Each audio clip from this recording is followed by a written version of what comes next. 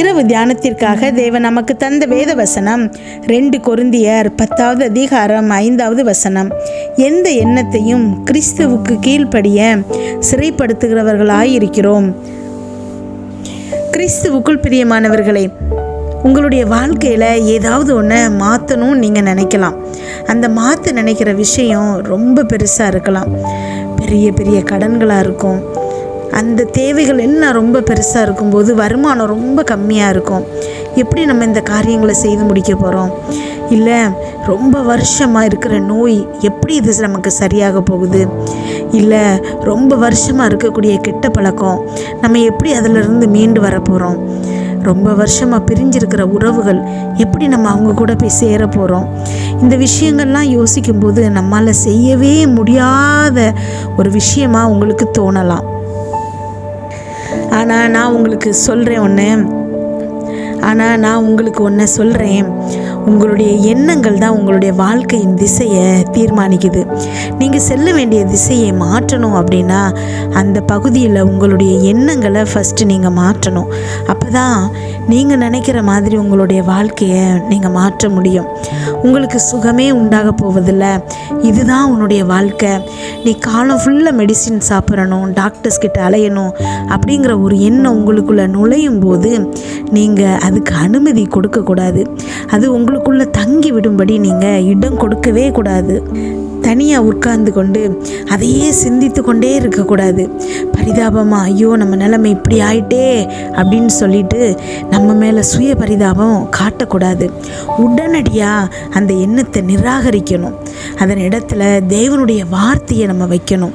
பிதாவே, இயேசுவின் தழும்புகளால் நான் சுகமானே என்று ஏசாயாவில் சொல்லியிருக்கிறீங்களே, சுகத்தை எனக்கு திருப்பி கொடுப்பேன் என்று எரேமியாவில் சொல்லியிருக்கீங்களே, ஆகையால் இயேசுவின் நாமத்தில் நான் இந்த வியாதியிலிருந்து சுகம் பெற்றுக்கொள்கிறேன், உமக்கு நன்றி பிதாவே என்று உடனே நம்ம அறிக்கை சொல்லணும்.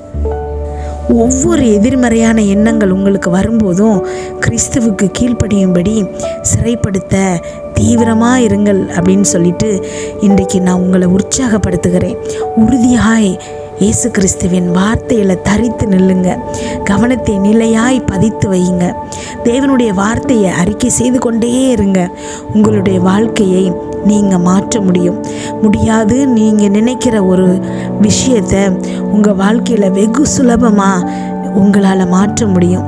ஒரு நேரத்தில் ஒரு எதிர்மறையான சிந்தையை உங்களால் சிறைப்பிடிக்க முடியும். ஜெபிப்போமா?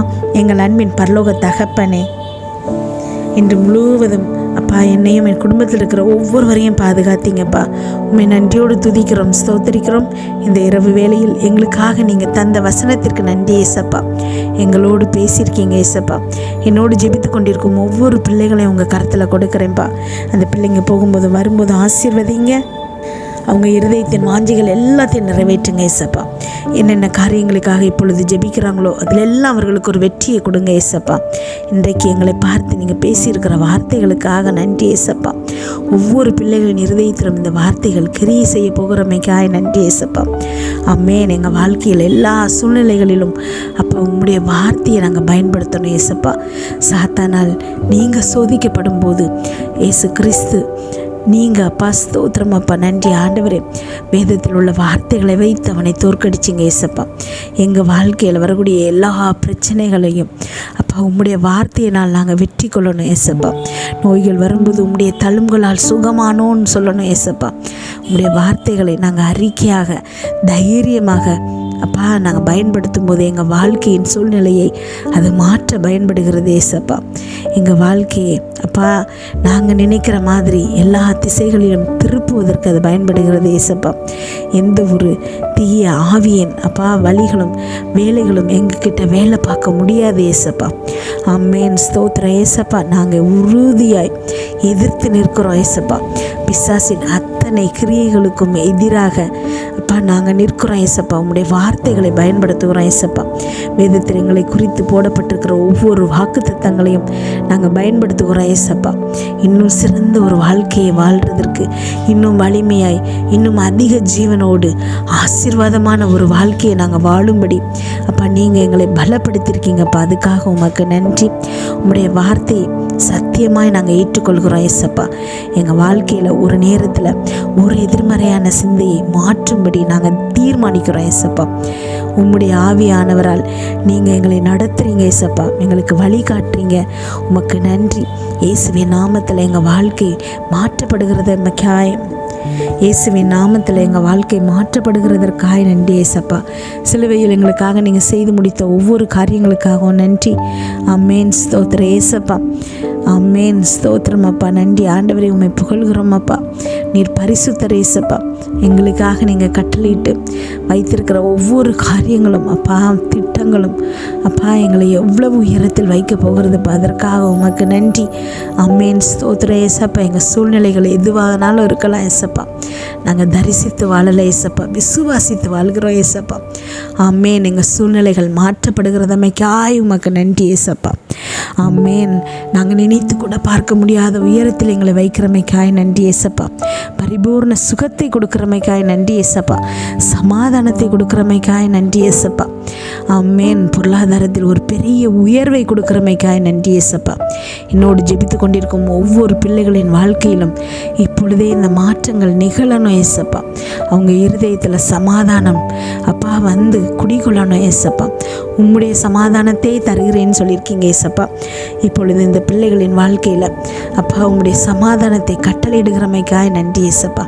தொடர்ந்து வழி நடத்துங்கப்பா. இந்த இரவு தூங்கும்போது சுகமான உறக்கத்தை கொடுங்க, நல்ல சொப்பனங்களை கொடுங்கப்பா. வீட்டை சுற்றியும் இரத்தத்தை தெளிக்கிறோம். அதிலிருந்து புறப்படுகிற வல்லமை எல்லா தீங்கு, பொல்லாப்பு, பொறாமை, எரிச்சல், கெட்ட ஆவிகள், பில்லி, சூனியம், மந்திரம், சேவனை, பாவம், சாபம், நோய், விபத்து எல்லாவற்றிலிருந்து எங்களை விலக்கி பாதுகாப்பதாக. நாளை காலை எழுந்திருக்கும் போது புதிய கிருபையாளங்களை தாங்குங்கப்பா. இதை கேட்டுக்கொண்டிருக்கும் ஒவ்வொரு பிள்ளைகளின் இருதயத்தையும் உடைய கிருபையினாலும் சமாதானத்தினாலும் பலப்படுத்துங்க. இயேசு கிறிஸ்துவின் மூலம் ஜெபம் கேளும் நல்ல பிதாவே. ஆமென்.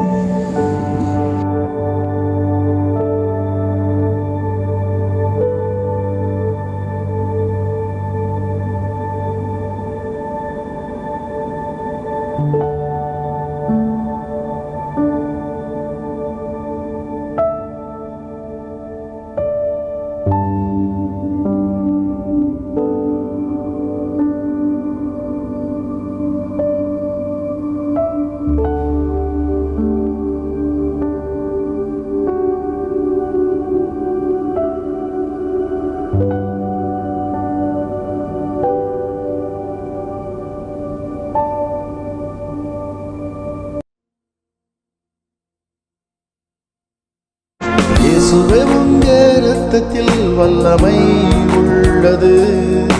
இயேசுவே உங்க இரத்தத்தில் மகிமை உள்ளது. இயேசுவே உங்க இரத்தத்தில் வல்லமை உள்ளது. இயேசுவே உங்க இரத்தத்தில் மகிமை உள்ளது. உங்க இரத்தம்தான் என் பாவம் கழுவும். உங்க